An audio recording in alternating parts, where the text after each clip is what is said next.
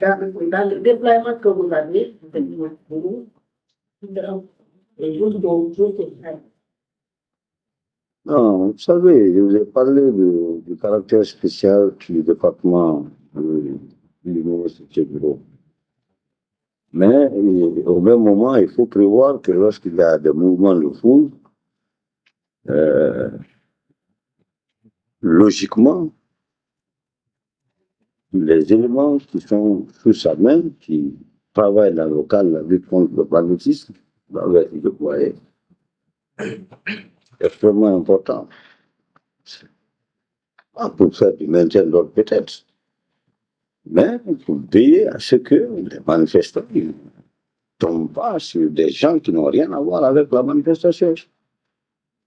Voilà. C'est pourquoi je vous parlais tout à l'heure, par exemple, des tâches que les loupards profitent généralement des manifestations. Pendant que les gens sont là, ils sortent du cadre, ils s'attaquent à des boutiques, à des magasins, etc. Ça, c'est un principe classique dans les conditions normales. Les unités de lutte contre le banditisme, c'est pas seulement en Guinée. Donc, se comportent de cette manière-là. Mais nous, maintenant que, est-ce que nous sommes dans. Nous avons les escadrons de gendarmerie de lutte qui sont spécifiquement dans le cadre du maintien de l'ordre. Mais c'est des gendarmes qui sont avec les bureaux, qui font des opérations tant dans le cadre des filatures de surveillance et des opérations liées à la drogue et aux stupéfiants, mais aussi la lutte contre le grand banditisme. Et ici, en Guinée, il faut forcément lier tous les mouvements de foule au banditisme. Parce que généralement, ce sont ces bandits-là qui sont dans les quartiers qui sont utilisés pour les manifestations. C'est pas autre chose. Et là, c'est un enjeu sérieux pour la République de Guinée. Et ce que j'ai dit aux gens de la commission, j'ai dit, vous êtes venus, vous ne cherchez même pas à comprendre. Vous avez un objectif et vous continuez à suivre cet objectif-là. Mais est-ce que vous avez cherché à comprendre la sociologie criminelle dans ce pays-là et à l'heure où je vous parle? Est-ce que vous savez qu'on paye des gens jusqu'à hauteur de 2 millions de francs guinéens pour qu'ils sortent pour casser? Est-ce que vous savez qu'il y a une sorte de cartel criminel qui sont montés, qui sont là, disposés, chaque fois prêts à sortir et à casser? Ils n'ont rien à voir avec la volonté d'un individu par rapport à l'idéal d'un parti politique, le projet d'un parti. Et on dit, bon, on veut emmerder, allez, les gens là, ils sont là-bas, allons les chercher. Et on les trouve, bon, on veut demain que vous sortiez pour aller faire ça et ça. Voilà, on vous écoute. Voici le sac. Donc, les citoyens qui devraient combattre ce genre, n'est-ce pas, de comportement, d'attitude dans le pays, eux-mêmes alimentent ça. Et il y a même un autre phénomène que moi je ne néglige pas. Peut-être qu'on va vous parler de ça, parce que c'est une certitude pour nous. Il y a dans certaines mosquées où on cultive la haine contre son prochain. On ne me dira pas que ça, c'est à la solde d'une religion. On veut simplement se faire couvrir par son manteau d'imam, de ceci ou de cela. Nous faire prévaloir sa volonté de nuisance de la société. Ça s'existe ici.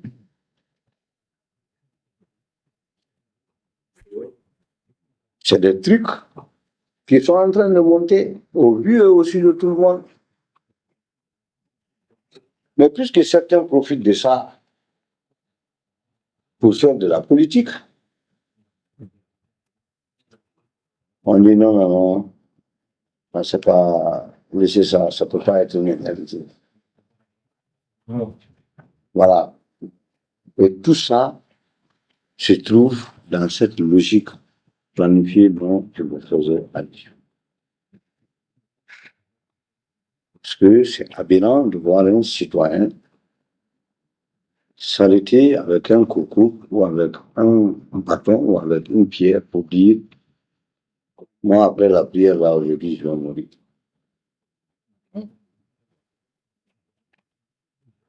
Voilà, donc c'est très très très sérieux. Par rapport au banditisme et par rapport à cette question, c'est un véritable enjeu social qui doit interpeller tout bon citoyen guinéen aujourd'hui. Parce que tout ce qui reste pour cette couche-là, c'est de prendre les armes de guerre et de faire face à l'armée. Tout ce qui reste. Voilà. Et on vous dira, dans toutes les recherches qui ont été faites jusqu'à présent, on n'a pas retrouvé des armes. Peut-être on va vous dire qu'on a retrouvé d'autres quelque part. Il y a des armes de guerre qui sont sorties du Burkina. Malheureusement, c'est une zone qui n'est pas encore lotie. Même si le lotissement est prévu, c'est extrêmement difficile. Vous venez dans la zone de Wandra aujourd'hui, vous êtes obligé de garer le chef, faire des patrouilles à pied à l'intérieur, à votre risque et à votre péril. Il n'y a pas d'accès. Et ces gens-là, quand on finit de les motiver avec l'argent, ils sortent comme des fourmis. C'est ça. Donc, moi, la détermination de Tiboro, sa motivation à pouvoir lutter contre le grand banditisme ne doit pas être assimilée. C'est tout là. Parce que plus vous cherchez, mettre une promotion dans les éléments de Tiboro qui sont jamais. Moi, je gère directement. Donc, je connais la moralité et la formation. Voilà. C'est ça. Oui. Merci, Monsieur le Président. Oui. Ouais. Moi, je voudrais savoir, votre qualité de grand officier, officier supérieur de la gendarmerie, de grand instructeur, parce que vous avez fait votre preuve à Kanya, dans Forêt Kanya. Selon les 1270 hommes que vous avez déployés, s'ils étaient équipés, est-ce qu'ils pouvaient maîtriser les manifestants? Bon, moi j'ai dit à l'officier concepteur, oui. S'il y avait tous les équipements requis, parmi lesquels nous avons des véhicules qui jettent de l'eau chaude. D'accord? Nous avons des engins qui démontent des barricades même à feu. Même si vous mettez du feu sur le goudron, on n'a pas besoin que les gendarmes viennent avec son bâton chercher à éteindre ça. Même si vous faites 20 barricades, le véhicule vient, donc il est en train de vous jeter de l'eau chaude. Il ramasse tout ce que vous mettez sur la chaussée. Hein? Et même actuellement, dans le cadre du maintien d'ordre, les chevaux qui sont utilisés. Barrage d'arrêt fixe et fermé à cheval. Toi qui sais maintenant, si c'est l'arme que tu vas prendre pour tirer sur le cheval, alors les chevaux, à rang serré, évoluent sur les manifestants. Ils sont obligés de détruire.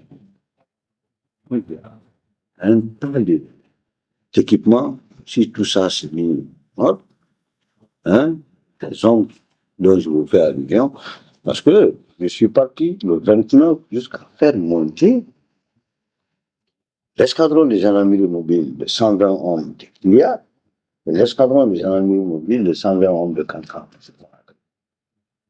Pour venir renforcer les dispositifs dont je vous faisais allusion. Et j'étais prêt à faire monter, comment on appelle ça, l'abbé des recours.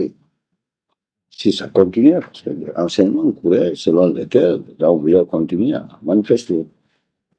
Que les deux escadrons là, quand ils sont venus, je les ai mis carrément sur l'axe Amdalaï, pour faire des patrouilles, essayer de rentrer dans les quartiers un peu, rechercher certains individus qui étaient en train de préparer d'autres choses à l'intérieur des fichiers. Voilà. Donc, en termes, c'est pas le nombre de personnel qui compte, c'est la qualité du personnel, la qualité des équipements. Donc, s'il y avait vraiment tous les équipements que les autres pays utilisent aujourd'hui pour faire du maintien de l'ordre, sans faute qu'on allait réussir. Merci, mon collègue. Le deuxième volet de ma question se situe au niveau des renseignements. Ouais.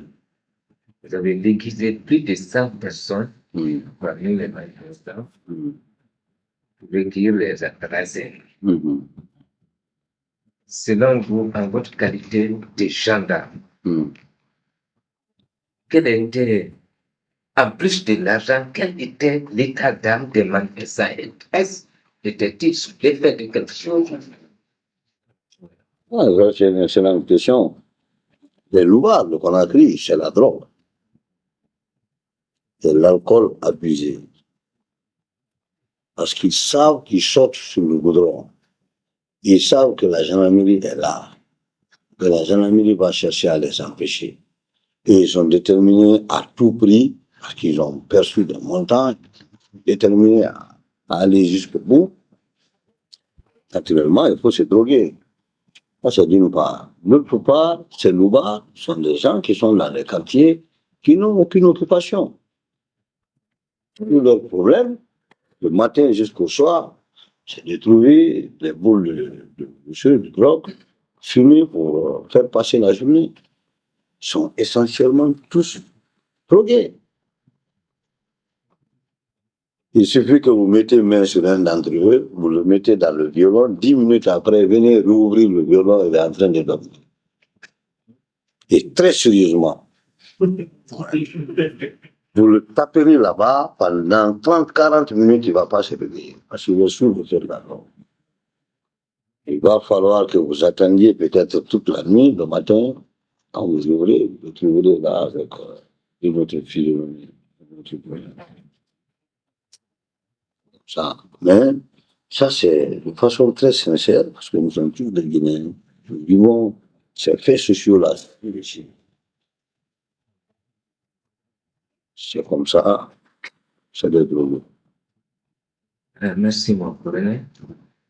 Je voudrais,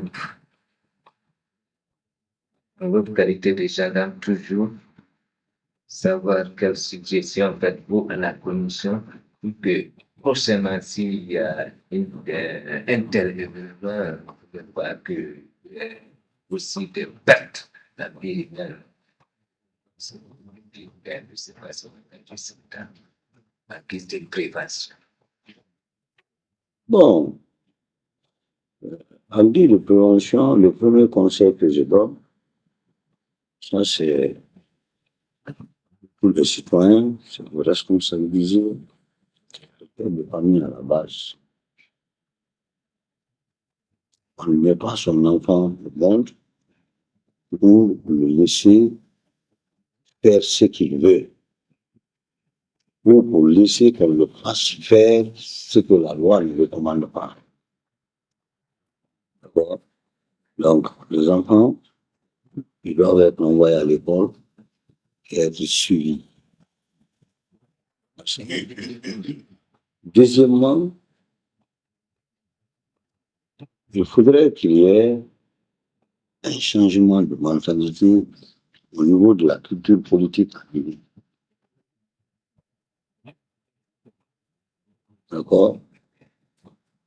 Le recours à la violence pour accéder à quelque chefferie, à quelque pouvoir que ce soit, est un mauvais chemin pour une république. Et ça, c'est des citoyens qui ont des doctorats, qui ont des professorats, qui conçoivent ça et qui le mettent en œuvre.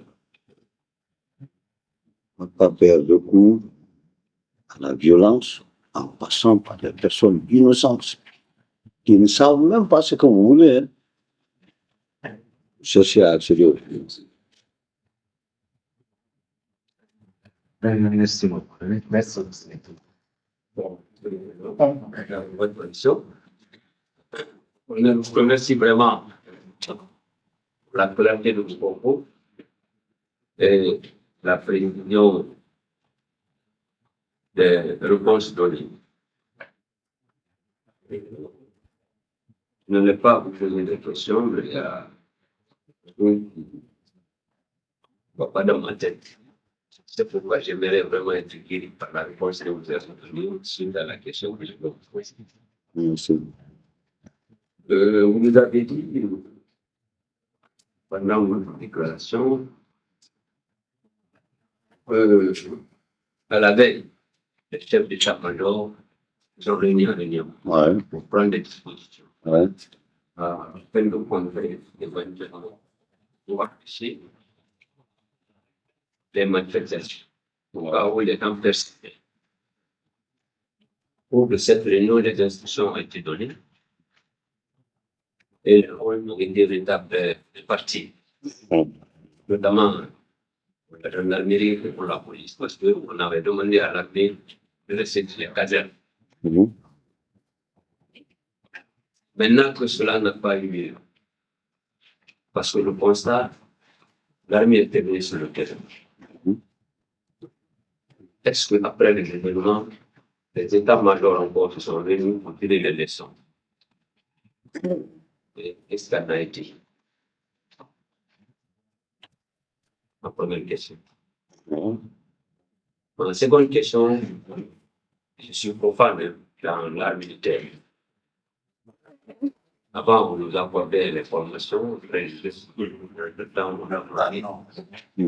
Ce qui fait que, aujourd'hui, vous pouvez voir un professeur en droit qui ne peut même pas faire la différence entre les grades. C'est dommage pour le pays. Il a suggéré à vous, parce que c'est l'occasion de bien vouloir établir ça dans les enseignements. Ça fait partie de l'instruction civique. Donc, le citoyen sache qui est le lieutenant, qui est colonel, qui est commandant, qui est capitaine, pour que le respect soit là. Cela soit bien passant. Et si nous revenons à notre sujet,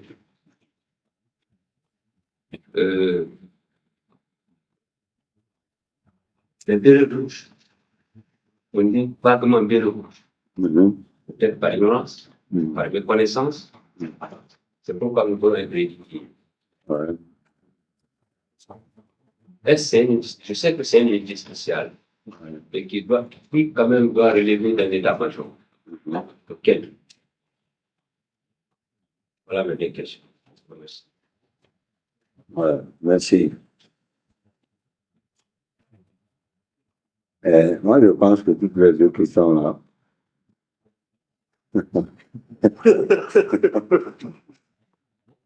peuvent être répondues dans le même couloir. Hein? Peuvent être répondues dans le même couloir. Ah oui, d'accord.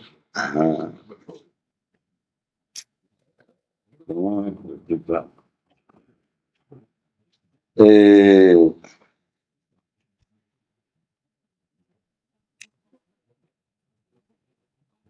l'un des plus beaux travaux que Monsieur le Président de la République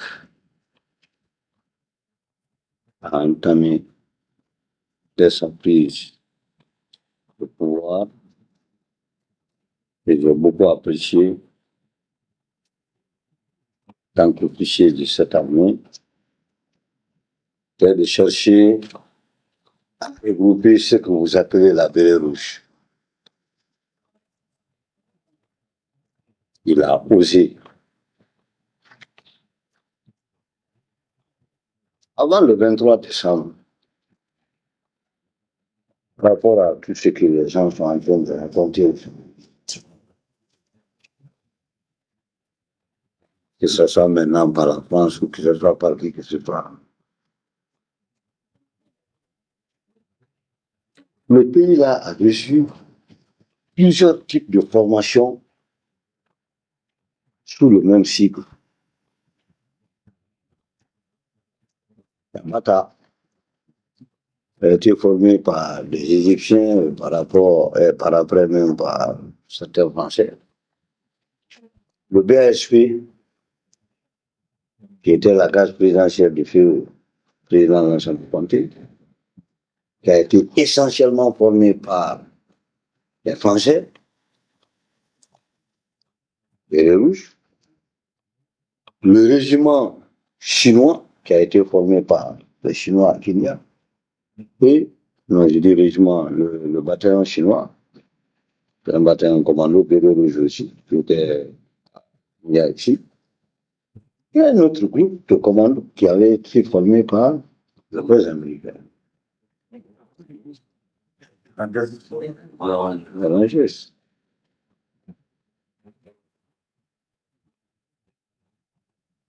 Ça, c'est des unités qui existaient. C'est à la venue du président de la République, il a dit, ah, il faut qu'on réussisse à unifier, n'est-ce pas, la formation au niveau de tous ceci pour en faire une unité de tous.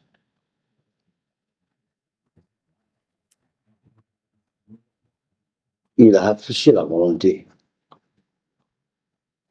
Et le processus a été engagé.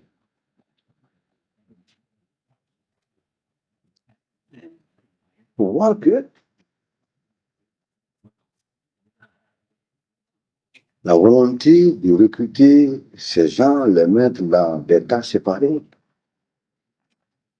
les très très antérieurs à l'événement du CNDD.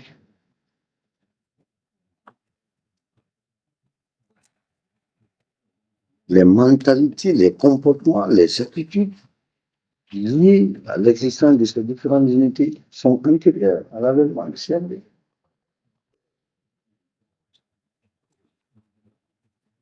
Fallait-il laisser, n'est-ce pas, toutes ces unités-là dispersées comme ça, ou fallait-il rechercher à les regrouper pour trouver un cadre structurel approprié par rapport aux besoins de notre armée interne.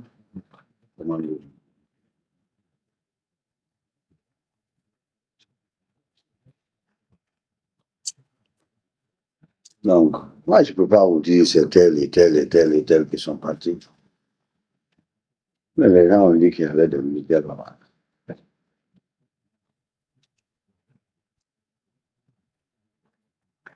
Le principe,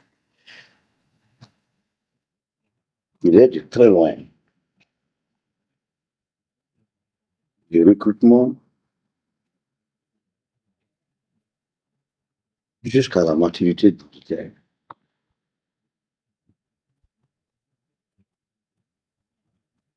Le processus, s'il est tordu à un certain moment, c'est des problèmes.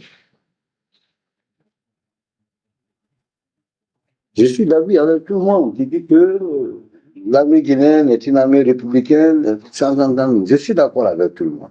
Il faut se rendre compte, dans toute organisation, il y a des failles, il y a des défauts. Vous prenez les 26 ans de ce Touré, regardez l'armée, les gens vont vous dire qu'il y a eu des gloires, il y a eu ceci, mais il y avait des faiblesses. Là où le caporal, qui était président du CUM, pouvait interdire à un général de donner certains types d'instructions.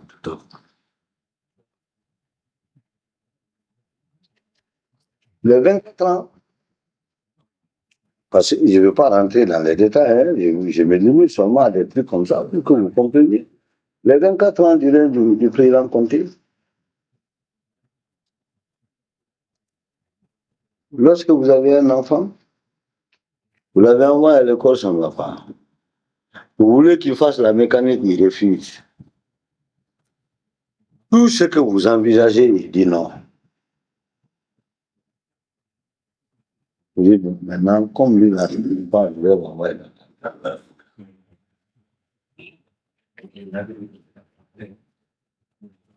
Mais ça aussi, comment il faut le mettre là-dedans? Utilisez de tous les moyens que vous disposez, jusqu'à l'argent. Oui, Pour le faire rentrer. Il va rentrer, et il sait que c'est son argent, l'argent de son père qui l'a fait rentrer. Ce ne sont pas le processus réel. qu'est-ce qu'il va vous faire? Qu'est-ce qu'il va devenir?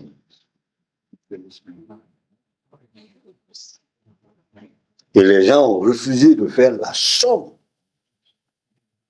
de ces quelques dérapages que nous avons connus de la première et de la deuxième République pour chercher à raconter. C'est, à mon avis, des attitudes de nature à ne pas faire avancer les choses dans un but.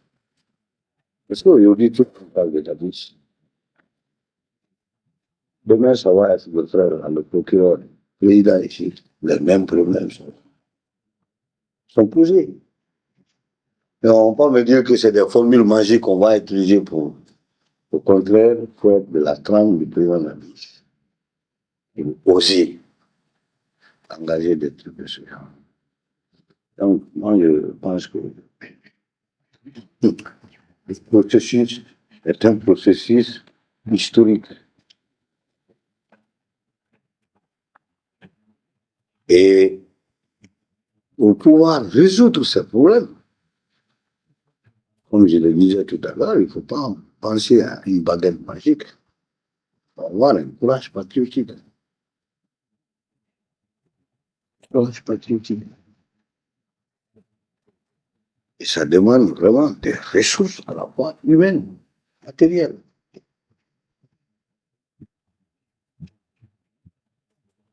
Donc, c'est ça, c'est pas un problème d'une autorité pour dire que c'était l'autorité à faire. Non, c'est une situation générale qui devrait faire l'objet de préoccupation de l'ensemble de la nation. C'est ça. Dans l'aspect général, ça c'est un constat très amer que nous regrettons tous dans le Guinée. Nous devons dire que nous ayons les moyens et la volonté de corriger cet art. Si nous revenons au cas qui se fait depuis 7 ans, avant il y a eu la réunion des États. Après, je crois qu'il y a eu aussi la réunion des États. Pour faire un constat, c'est ce qui se passe. Tirer des leçons.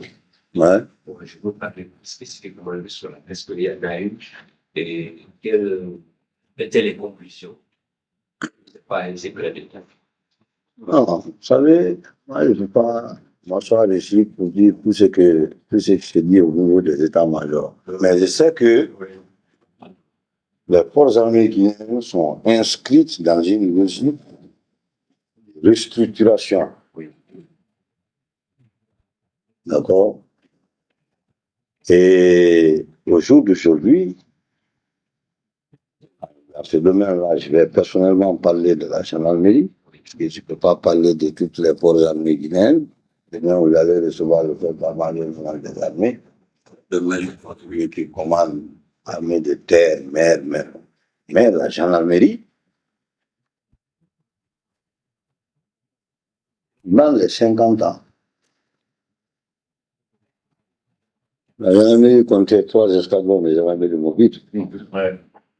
Un à Kaloum, 2 à Amnalais ou Dixing, le 3e à Matam. Pour l'ensemble du territoire national. Peut-être que ça va vous donner le schéma réel de la restructuration des forces armées. Je parle de la gendarmerie. En moins de 6 mois, nous avons rajeuni les 3 premiers escadrons et nous en avons créé 7 autres pour l'ensemble du territoire. Ça fait 10 escadrons. Escadrons mobile de gendarmerie, spécialiste en maintien d'ordre. Pourquoi je vous ai dit qu'au jour même des événements du 28, on a pris les hommes à l'école pour les déployer sur le terrain. Ils ont été en formation. Et ça, c'est seulement sur le domaine de l'armée mobile. Même au titre des équipements et autres. Hein? Aujourd'hui, partout, vous passez à travers la ville de Conakry, vous allez rencontrer une Jeep bleue où c'est marqué gendarmerie. Mais avant le 23 décembre, moi j'ai pris fonction à l'état-major de la gendarmerie, j'ai trouvé aucun véhicule. pour tous les territoires. Ouais. Pour tous les territoires nationaux, aucun véhicule. Donc, le constat est que ces événements sont venus nous trouver dans une logique. Mais puisque les trucs ont été planifiés pour empêcher que les choses progressent, tout a été monté pour empêcher que ça, les gens se trouvent. Parce que, faisons beaucoup attention. Le pays, là, il nous appartient.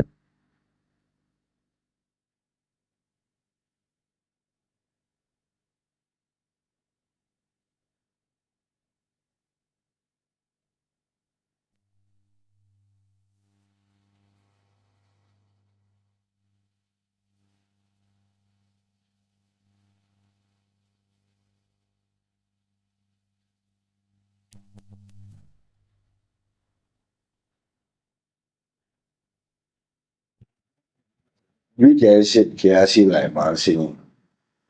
Lui, il m'a enseigné. L'autre là, c'est un ancien. Lui aussi, c'est un ancien. Lui, c'est un loyal. Ils sont tous plus anciens que moi. Tous ceux qui sont là, ils sont plus anciens que moi, là, dans l'Amérique. Donc, il peut mieux vous expliquer comment elle a évolué pendant ces 50 ans-là par rapport à. Ils sont venus, glou, glou, glou, glou. Les gens ont dit, les gens là. C'est ça la logique dans la tête des gens. Oui. Sinon, qui est démon? Excusez-moi du terme. Oui.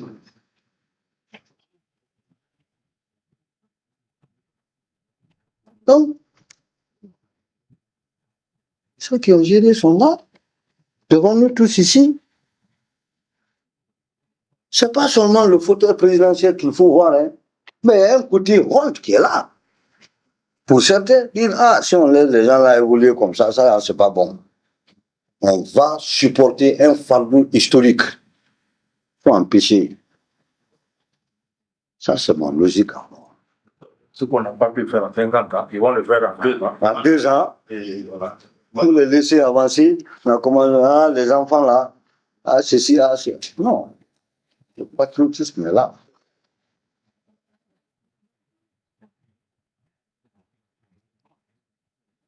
Parce que même en notre sein, il y a certains anciens qui ont le courage de dire, ah, dis non, après tout, vraiment, nous bénissons pour. Ça englobe le tout. Ou bien, allez-y aujourd'hui, regardez l'école nationale de la gendarmerie. Si nous, on était venus ici pour nous enrichir et partir, en dehors de ma pick-up qui constitue ma flèche, est-ce que vous avez notre véhicule? Et j'allais me dire, l'affaire là, on ne sait pas comment ça va attendre, je vais prendre 5 véhicules sur le nombre de véhicules là. L'école en chantier, j'allais me trouver au moins 3 ou 4 villas là-dedans, personnel. Mais allez-y là-bas aujourd'hui, c'est un véritable village gendarmique. C'est pourquoi je voudrais, ça c'est une suggestion pour la commission, par rapport à nous qui passons là, et par rapport à ce que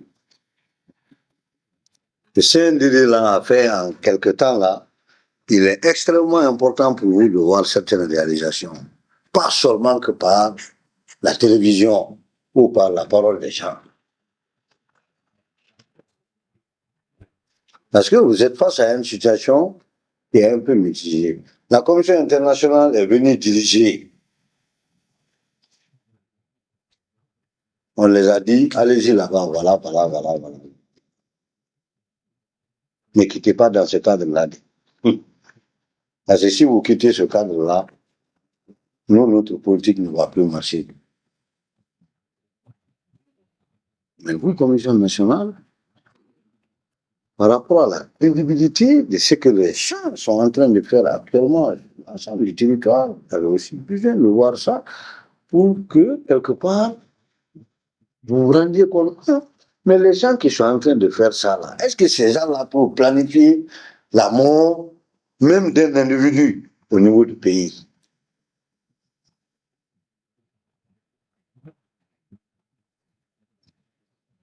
Parce que c'est très important. L'esprit du responsable vis-à-vis de son peuple, vis-à-vis de sa population. Quel est son état d'âme? Ça, c'est très important. Donc, moi, je peux vous parler dans ce cadre-là. Si ce n'était pas que les gens-là ont pris toutes sortes de dispositions pour empêcher que les choses évoluent, on ne serait même pas au bilan d'aujourd'hui maintenant là. Parce que j'allais vous montrer le schéma, les réalisations en cascade au niveau de la gendarmerie. En 2 ans. Et ça, est-ce que c'est moi? C'est pas moi. C'est l'homme qui incarne l'État. Et puis la décision, il faut qu'on aboutisse à ça dans tel domaine. Il faut qu'on aboutisse à ça dans tel domaine.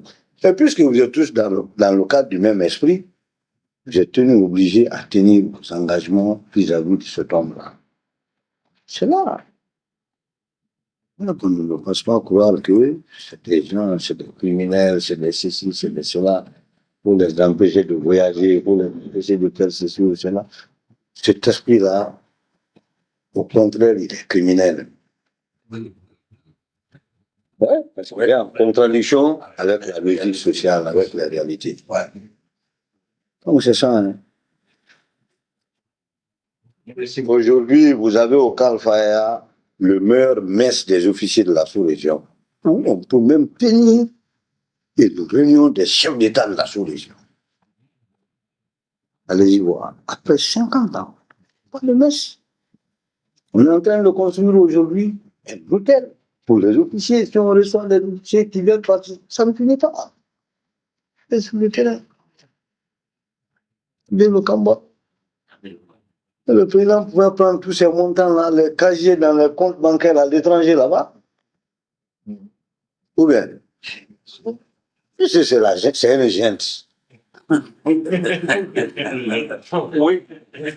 Si c'est une gente. Il allait s'asseoir ici, il dit, ah, les gens là, comme ils ne veulent pas que nous on reste au pouvoir, bon, on va tout ramasser.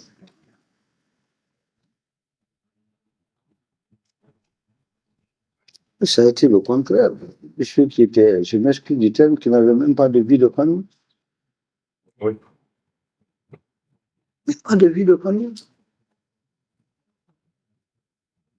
Est-ce qu'on le reproche aujourd'hui, la main qu'il a tendue aux gens? C'est juste au citoyen qui vient, il a tendu la main aux gens. Et tout ce qu'on est en train de parler là, les audits là, un mec, c'est pourquoi aujourd'hui, quand je pense, je vois la méchanceté du clerc. Ah, je vous dis, ça c'est conviction. Hein. Parce que la commission qui est en train de travailler maintenant, là, si cette commission-là était érigée dès le départ, au lieu des événements des 28 mai sur les audits, qui allait parler de ça aujourd'hui, le 28 septembre. Parce que tout ce qui allait. Les gens, dès qu'on a parlé d'audit ici, hop, ils vont dire attention. Donc c'est ça. Tous ces gens-là, c'est là aujourd'hui en prison. Moi, je suis de Tougué. Pour quitter l'abbé, aller à Tougué, c'est 80 km. Ouais. Mais au nom de ma mère, si par hasard vous allez là-bas sans 4x4, et la 4x4 aussi, apprêtez-vous, hein, quel que soit son état, qu'est-ce que les gens vont nous raconter dans ce pays? Personnellement, j'étais en forêt tout récemment en tournée avec le chef d'état-major de l'armée de terre. Et allez-y voir, les gens vont s'asseoir dans les palais, dans les hôtels, pour prendre le micro, raconter n'importe quoi. Alors ils ont géré le pays là. La dernière fois, entre Guéguédou, entre choses, ouais, Guéguédou et Massanta, sur l'honneur Je venais, je garde mon véhicule, tous les chefs d'état-major, on garde les véhicules, on prend la jeep, ma flèche, on tire les taxis, tire les véhicules, ou certains ont fait 4 jours, 5 jours, 5 jours, 5 nuits, sans même trouver à manger. On ne se soucie pas de tout ça. Prendre le micro, s'asseoir ici, raconter des balivernes. Parce que simplement, la planification dans laquelle il se trouve doit aboutir à la vente de toutes ces ressources naturelles de ce pays. Deuxième brigade, ceux qui ont vendu les deuxième brigade sont parmi nous ici, oui ou non? Oui. Et ce sont les mêmes gens qui disent qu'il faut qu'ils commandent ici, oui ou non? Ah, mais c'est la vérité. Vous êtes des civils, go, mais C'est une évidence. c'est une vérité. Et vous croyez? Non. Vous croyez? Ouais. Ah, c'est une causerie simple. Mais mon frère, très sincèrement, et, c'est nous tous là. Tous ceux qui sont en train de combattre maintenant là pour récupérer ici. Si nous ne nous donnons pas la main, coudes serrés, talons serrés, l'avenir de nos enfants qui sera ébloui.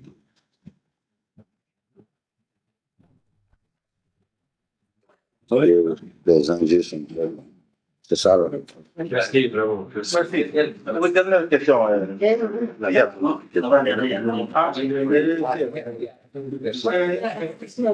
Bon. Merci. Oui, non, non, continue.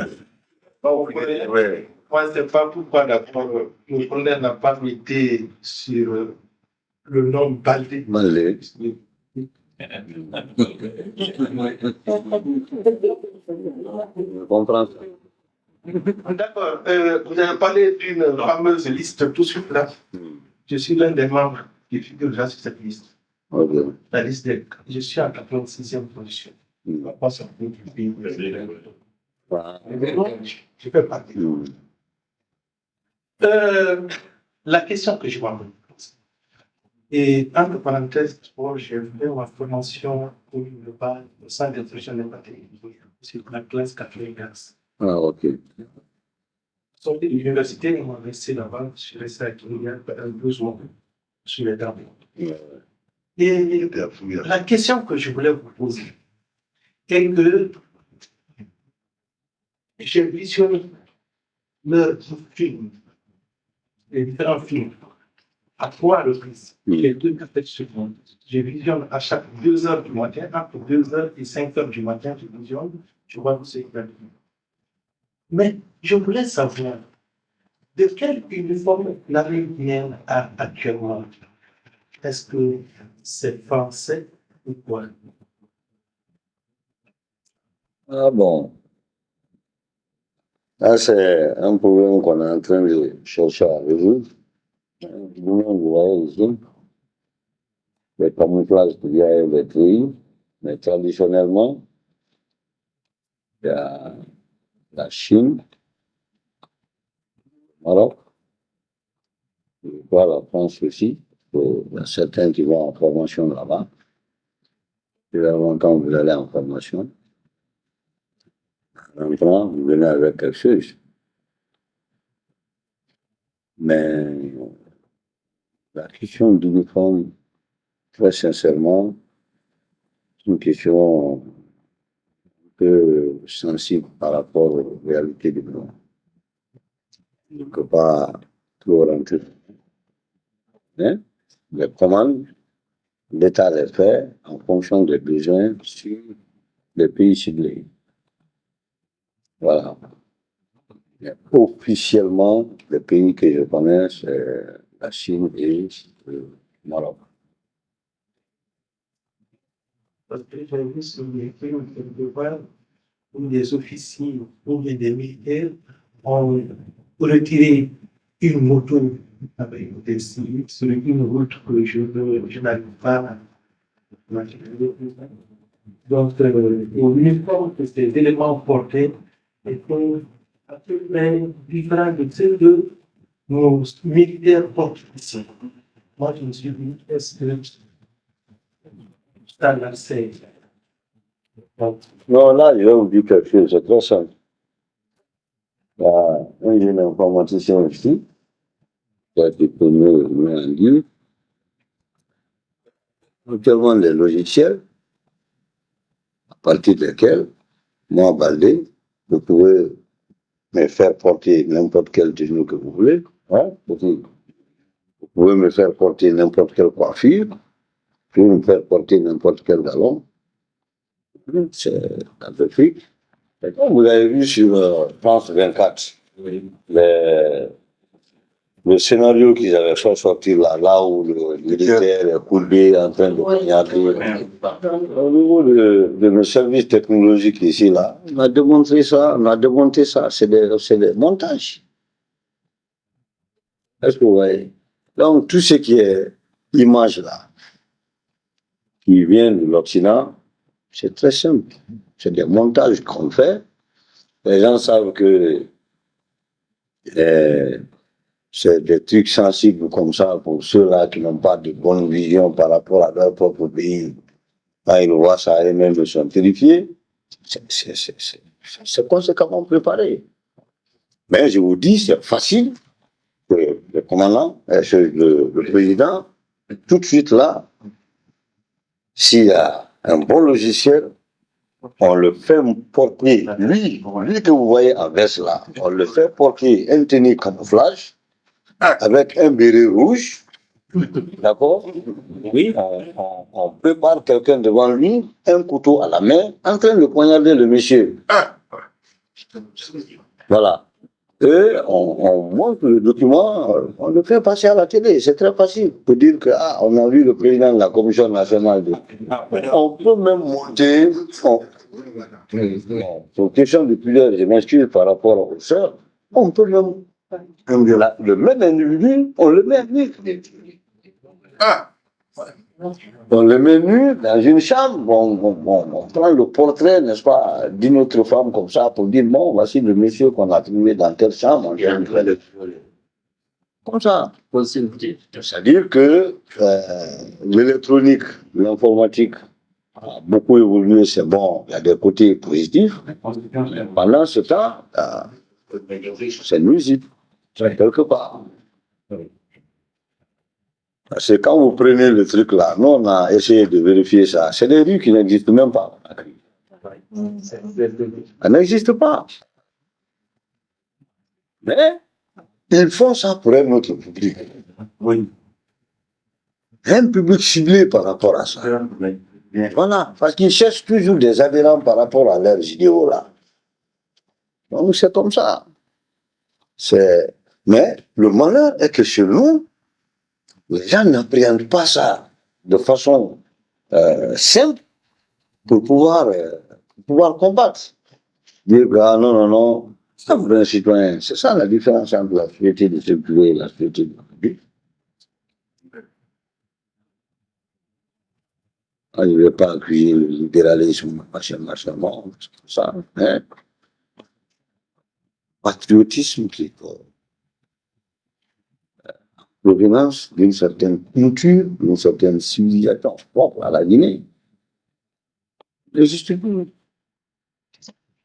Disparu. Pourquoi? Quelqu'un peut aujourd'hui poignarder quelqu'un, il vient s'asseoir à côté de sa maman, tout le quartier est au courant. Vous venez, vous passez à côté, les gens même cherchent à le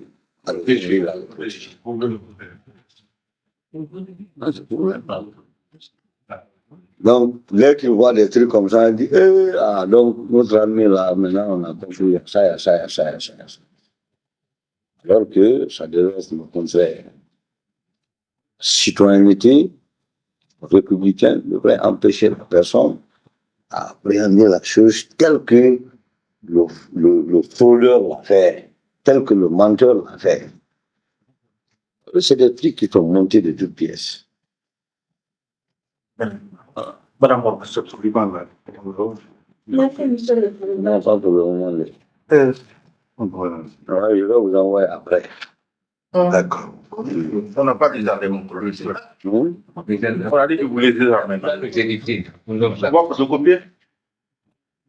Ah, d'accord. Ah, je vais. Avec. Vous êtes à un de vos hommes ici. On va essayer de faire ça. Hein? Merci. Ouais. Merci, Monsieur le Président, et merci, mon colonel, pour toutes ces précisions. Moi, je voudrais juste avoir des idées plus claires par rapport à deux points. Le premier, c'est par rapport aux leaders.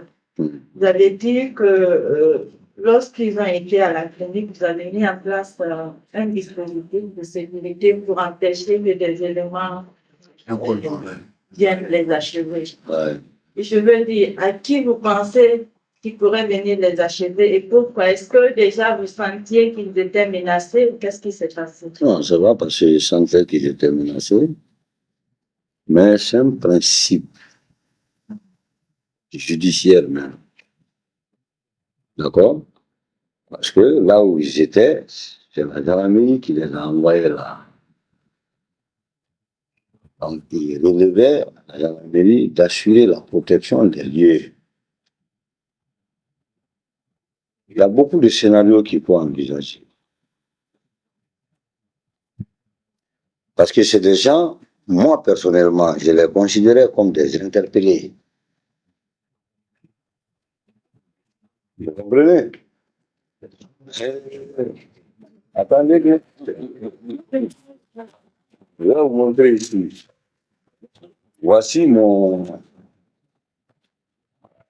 Excusez-moi, je pense que ça doit quelque part.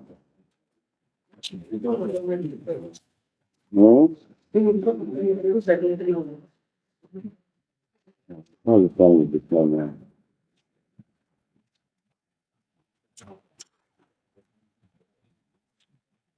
Voilà. Regardez. Je dis liste des commanditaires et des manifestants interpellés le 28 septembre 2009 par le service de maintien de l'ordre de la gendarmerie. Numéro d'ordre, prénom et nom, quartier H. 1. M. Seloula Lengalo, URDG. 2. M. Jean-Marie Douré, UPG. 3. M. Siga Touré, UFR. 4. M. François. Tout là, c'est aussi simple. C'est des gens qu'on a pris sur les lieux de manifestation et des manifestations qui étaient interdites. Et pourquoi, dès le début, lorsque M. le Président m'a dit, ah, bon, nous savons que c'était interdit, j'ai dit Dieu merci, parce que moi, je suis venu, donc les notes de service. Hein? Ministère de la Jeunesse, des Sports et de la Promotion de l'Emploi des Jeunes, Direction Générale du Stade du 28 septembre, note de service numéro 043. Dans le cadre des préparatifs du match Guinée-Burkina Faso prévu le 11 octobre 2009, comptant pour les éliminatoires combinés Coupe d'Afrique des Nations, Coupe du Monde de football, la Direction Générale du Stade du 28 septembre décide de la fermeture du stade jusqu'à nouvel ordre. La Direction Générale du Stade s'est comptée sur la bonne compréhension de tous. Conakry, le 11 septembre 2009, a signé Ibrahima Keïta. C'est pas Pétrole qui est le directeur général. Donc, voilà. Donc, les documents sont là. Ça, c'est le ministère du Travail, de la Réforme administrative et de la fonction publique. Communiqué officiel, ça est là. Ça, c'est la déclaration, n'est-ce pas, du ministre de l'administration du territoire et des affaires. Donc, toute cette documentation. Et vous pouvez aller dans les archives des radios rurales, plutôt des radios privées. Je crois ça. Pendant que la déclaration du ministère de l'administration du territoire et des affaires politiques passait à la radio et à la télé, pendant ce temps, le communiqué de l'UFDG passait au niveau des radios privées. On dit non, il faut que les gens aillent. On va avec ça. Donc, par rapport à votre question, pour moi, c'était des interpellés. Mais il fallait assurer là-bas pour ne pas que certaines personnes viennent les faire sortir alors que nous, on n'a pas fini les investigations. Il y avait des trucs. Bon, heureusement pour eux, avec des gens de bonne volonté, hein, ils ont démanché pour que. Donc, la cassette là, c'est. Non, c'était là. Ça, c'est un CD sur lequel il y a la destruction du stade de la HEV, du commissariat.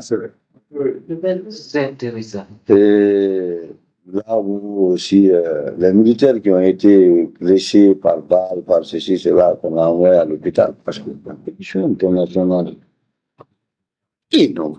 J'ai dit à la dame là, j'ai dit, mais écoutez, vous avez fini toutes les questions. J'ai dit, mais pourquoi vous ne vous êtes pas intéressé aux militaires qui sont morts ou qui ont été blessés?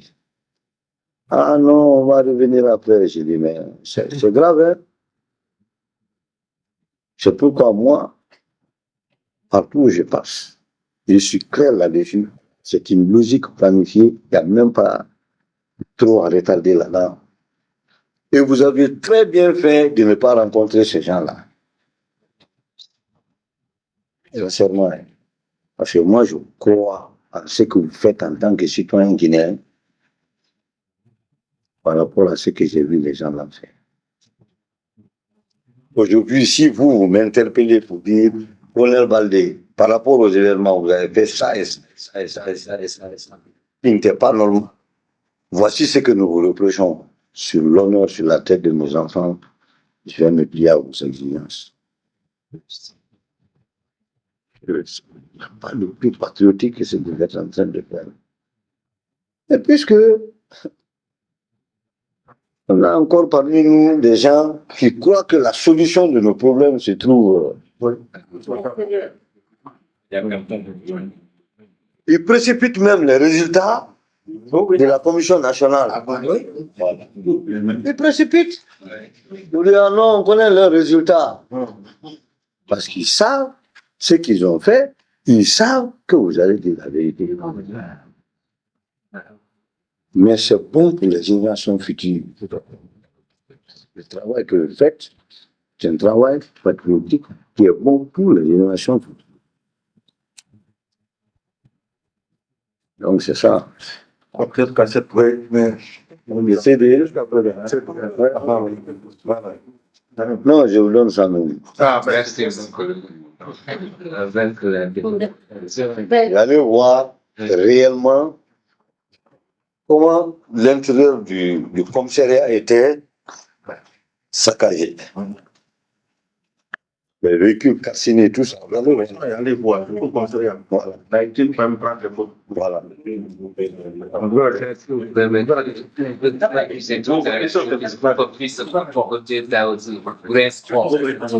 Bon, donc,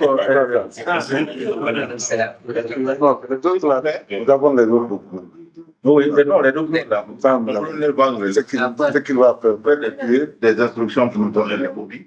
On était avec lui, on a des photocopies. Whatever. Il va faire des pouvoirs.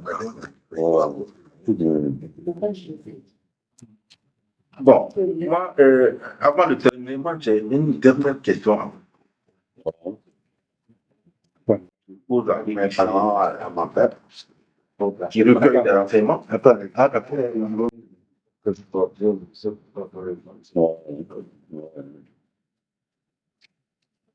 Voilà. Selon le rapport de la Commission internationale, je vais encore à ce rapport, et on dit que le 28 septembre 2009, un bus est venu de Saint-Césaire qui a débarqué des civils armés d'armes blanches. Mais les gens armés ont été attirants. Vous n'avez pas reçu de renseignement par rapport à ces gens? Parce que il semble que beaucoup de cas de décès ont eu lieu par armes blanches.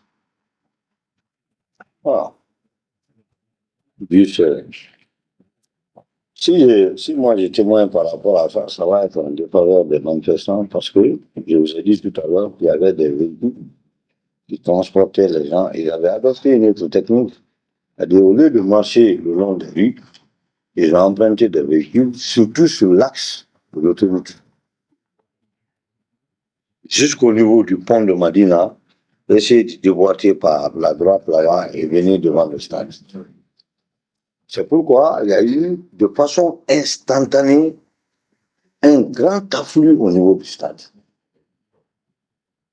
Elle dit, pendant que le groupe de l'acte de Dixine Bénin, il y avait des groupes de choses sur l'autoroute aussi qui venaient. Mais beaucoup étaient dans les Mabana. Ils viennent, ils descendent. Pour vous, c'est des passagers qui sont descendus, qui s'en vont dans le quartier, la direction. Et au fur et à mesure, moi, il y a un de mes commandants d'escadron qui disait, mais